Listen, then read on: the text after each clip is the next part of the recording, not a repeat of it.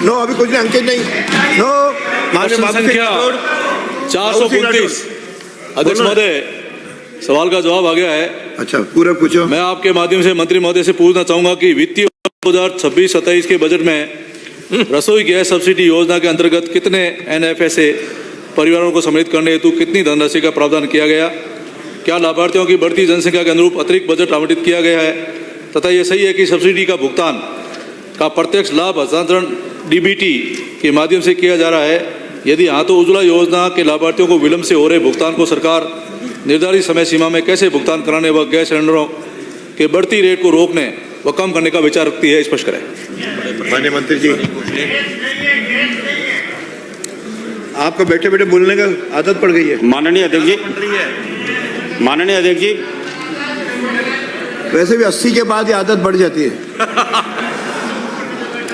माननीय अध्यक्ष जी, मैं माननीय सदस्य को बताना चाहूँगा कि खाद्य सुरक्षा योजना के अंतर्गत राजस्थान में 1,08,37,942 परिवार हैं, जिसमें से लगभग 68,96,046 परिवारों को LPG सीडिंग की जा चुकी है और जिसमें से 61,06,474 परिवारों द्वारा गैस मुख्यमंत्री रसोई गैस सिलेंडर सब्सिडी योजना का लाभ लिया जा रहा है।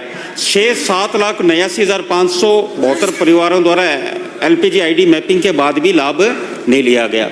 दूसरा प्रश्न आपने ये पूछा कि इनमें मुख्यमंत्री रसोई गैस सिलेंडर सब्सिडी योजना में उनकी सब्सिडी समय पे पहुंचे। बिल्कुल, सरकार माननीय मुख्यमंत्री जी भजनलाल शर्मा जी का संकल्प है कि आम जन को ज़्यादा से ज़्यादा लाभ पहुंचे। इसीलिए इस योजना में इतने लाभार्थी नए लोग जुड़े हैं जिनको आज तक गैस व्यवस्था से गैस का लाभ नहीं मिल पा रहा था, उनमें नए लाभार्थी जुड़े हैं, उनको भी गैस योजना का, मुख्यमंत्री रसोई गैस सिलेंडर सब्सिडी योजना का लाभ लगातार मिलता रहेगा। अगला प्रश्न। एक तो जवाब नहीं दिया कि रेट बढ़ रही है, अभी बढ़ी है, उसका रोकने के लिए आपने कोई जवाब नहीं दिया। दूसरा सवाल मेरा ये है, क्या खाद्य विभाग और तेल कंपनियों के मध्य जन आधार एवं राशन कार्ड के मिलान डाटा मैपिंग की प्रक्रिया आंकड़ों की भिन्नता के कारण कई पात्र परिवार योजना से वंचित है?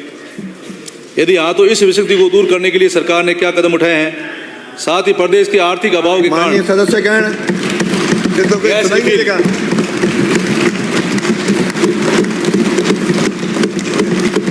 पूरा गैस रिफिल न करवाने वाले परिवारों को अनुमानित संख्या कितनी है? क्या सरकार ग्रामीण क्षेत्रों में विशेष शिविर आयोजित कर तकनीक कारणों से वंचित परिवारों को विभाजित परिवारों जिनके नए राशन कार्ड बन चुके हैं कि LPG मैपिंग हेतु कोई विशेष कार्य योजना रखती है? स्पष्ट करें। माननीय मंत्री जी। माननीय अध्यक्ष जी, जो पहला प्रश्न माननीय सदस्य ने पूछा कि LPG के रेट का बढ़ने का, देखो अंतर्राष्ट्रीय स्तर पर जो अभी जो सिनेरियो है वो आपके और हमारे सबके सामने है। तो वो OMG जो OMC ऑयल मार्केटिंग कंपनीज हैं जो भारत सरकार पेट्रोलियम गैस मंत्रालय के अंदर है, उन्हीं के तहत हम कार्य कर रहे हैं, जो वहाँ से निर्देश प्राप्त हो रहे हैं। और दूसरा, मैं माननीय सदस्य को धन्यवाद देना चाहूँगा कि आपने उन गरीबों की पीड़ा को ध्यान रखा कि जो वास्तव में ये है कि 1,08,00,000 परिवार हैं और जिसमें से लगभग सिर्फ 68,96,000 ही लोग हैं जो इस योजना में कहीं ना कहीं सम्मिलित हुए हैं। जो बाकी जो वंचित हैं, हम भी उनका विशेष अभियान चलाकर प्रयास करेंगे कि जो भी व्यक्ति वंचित है उसको ना सिर्फ गैस का कनेक्शन मिले, बल्कि माननीय मुख्यमंत्री श्री भजनलाल शर्मा जी द्वारा जो ऐतिहासिक कदम करके जो मुख्यमंत्री रसोई गैस सिलेंडर सब्सिडी योजना लाई गई, जिससे अभी तक दिसंबर 2025 तक जब से सरकार बनी है 5.68 करोड़ रिफिल कर 1,051 करोड़ की सब्सिडी उस सामान्य घर को सुविधा सरकार द्वारा दी जा चुकी है। अगला प्रश्न। महत्वपूर्ण प्रश्न है। एक और आने दो। कल ही जो है रसोई गैस के दामों में बढ़ोतरी हुई है, 60 रुपए घरेलू सिलेंडर में और लगभग 120 रुपए के आसपास कमर्शियल में। और इस बढ़ोतरी के बाद कमर्शियल सिलेंडरों पे अघोषित रोक लगा दी है और रसोई जो गैस है उस पे 25 दिन का जो है बुकिंग एडवांस में कर दी है।